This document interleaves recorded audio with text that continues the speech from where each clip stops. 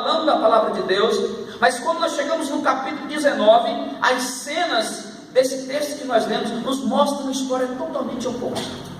Nós encontramos aqui Elias deixando seu moço em um determinado lugar seguro e fugindo para o deserto diante da afronta de Jezabel. Ele é tomado pelo sentimento de frustração, de decepção, coração angustiado. Então o que ele faz diante disso é abandonar o seu ministério, é abandonar o seu chamado e então se retirar para um deserto.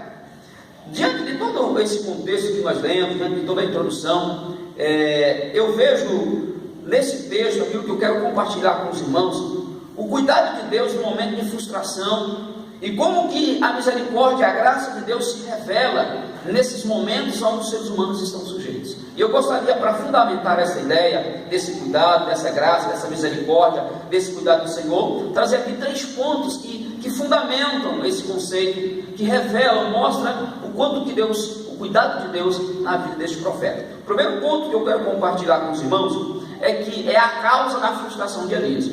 A frustração é causada pela oposição aberta a Deus. Ou seja, Elias ele fica frustrado em ver que Jezabel e Acabe, aquele reinado, eles de certa forma estão se opondo à palavra de Deus, eles estão se opondo à vontade de Deus. Então a oposição de Jezabel, a oposição daquele momento de idolatria, de apostasia que vivia Israel, era totalmente aberta, era nítida. Então Elias, como representante do povo, que levava de Deus ao povo, Elias fica frustrado. Então eu gostaria de fazer algumas considerações dentro desse primeiro tópico, que é a frustração causada pela oposição aberta a Deus. Fazer algumas considerações dessa frustração de Elias.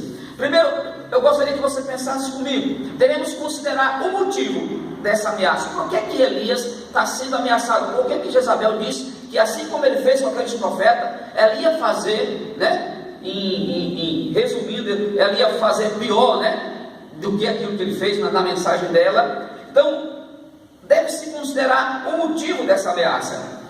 O motivo pelo qual Elias está sendo ameaçado não diz respeito a questões particulares de sua vida, um desacordo comercial ou algum problema familiar. Também deve-se considerar quem é que faz a ameaça.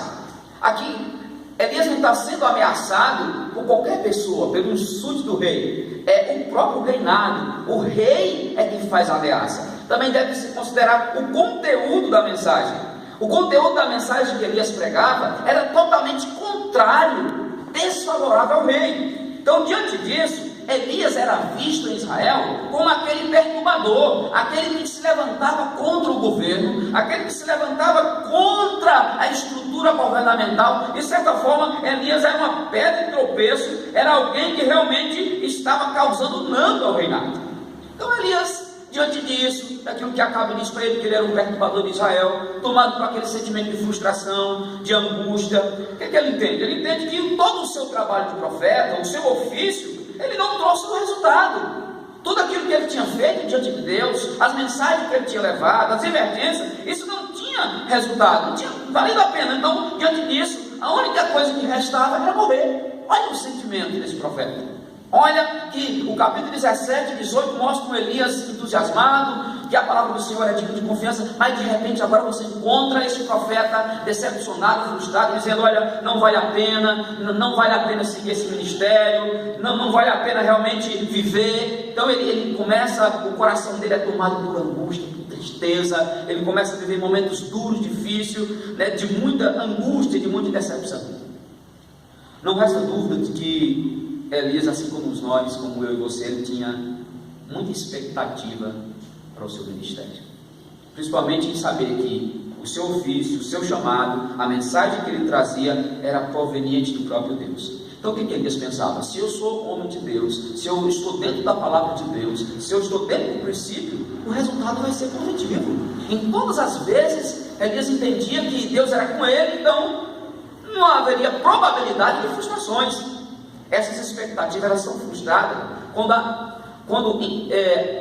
acontece o contrário. Em vez do rei Jezabel se prostrar e dizer: não, realmente você é um homem de Deus, você tem uma mensagem de Deus, acontece o contrário.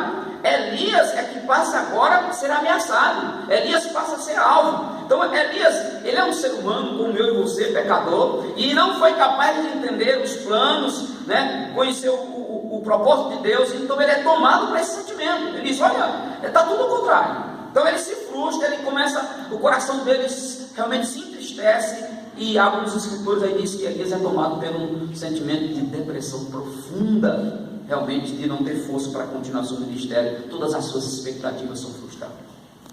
Outra consideração que eu faço aqui, que deixa Elias também frustrado, é que aqueles que representavam uma ameaça no poder ainda procuram matá-lo.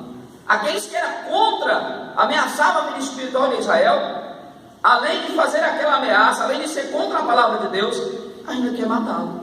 Quando alguém está decepcionado, eu digo, normalmente ele não fala muito, né? Mas o pouco que ele fala é suficiente para demonstrar sua decepção. Eu gostaria de compartilhar com você 3 vezes que o narrador ele coloca aqui a fala de Elias. É nítido quanto que Elias está frustrado. Ele diz: olha, basta, Senhor, 2 vezes. Os filhos de Israel deixará a tua aliança. Parafraseando, seria mais ou menos assim: isso é inadmissível. Como pode alguém ser contra os projetos de Deus, viver uma vida de pecado e ainda ameaçar um homem de Deus que integralmente trabalha por reino? Está tudo errado, tudo ao contrário do que deveria ser. Então observe que por trás daquela figura prepotente, aquele profeta que a palavra do Senhor na sua boca era digna de confiança, agora você tem um homem frustrado. O profeta agora ele vê diante de tudo isso que realmente o melhor diante disso é morrer. Ao contrário do que pensava o profeta, Deus não estava lendo o que estava acontecendo. Eles não conseguem entender os planos de Deus, eles não conseguem interpretar a vontade de Deus diante disso. Então, você vai lendo a narrativa, você vai entendendo quanto que Deus trabalha na vida desse profeta, com o coração angustiado, com o coração triste, e de repente Elias experimenta o cuidado de Deus. De repente Deus ali envia um anjo para consolar, alimenta Elias. Parafraseando as palavras de Philip Graham, ele diz o seguinte: no momento de angústia, quando Elias não aguentava mais, ele experimenta a graça de Deus, que envia um anjo para alimentar.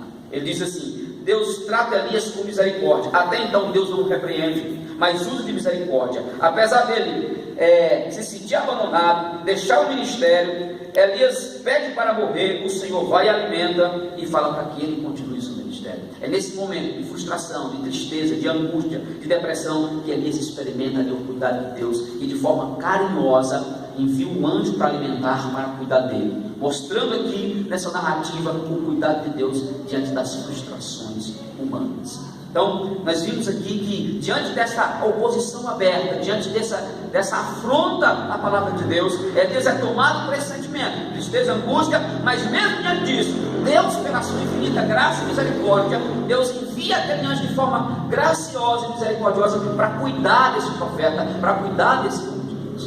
Então, nós vimos como que as cenas, considerando aí no capítulo do versículo 1 até o versículo 10, diante dessa frustração, Deus aparece em cena para cuidar do profeta. Mas o interessante, irmãos, que diante dessa alimentação, diante de tudo que aconteceu, Elias ainda continua frustrado. E a cena que segue aí do capítulo 10 ao 14, nós temos um segundo ponto que eu quero compartilhar com você, que demonstra o cuidado de Deus diante das frustrações humanas.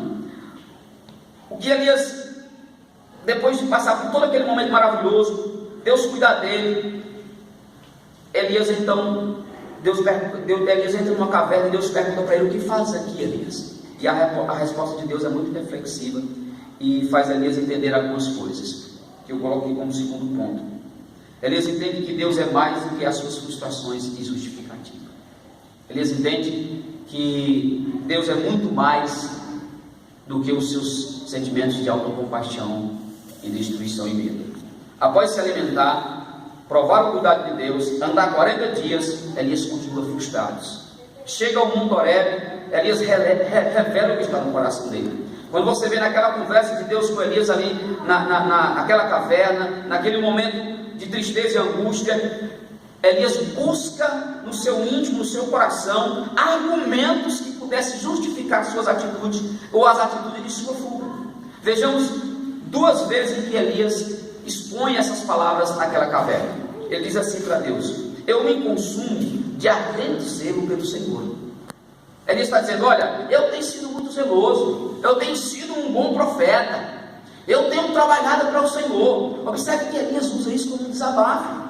Após Deus cuidar dele, tratar dele com carinho, o seu coração ainda continua frustrado. E ele começa agora a desabafar, ele começa agora a colocar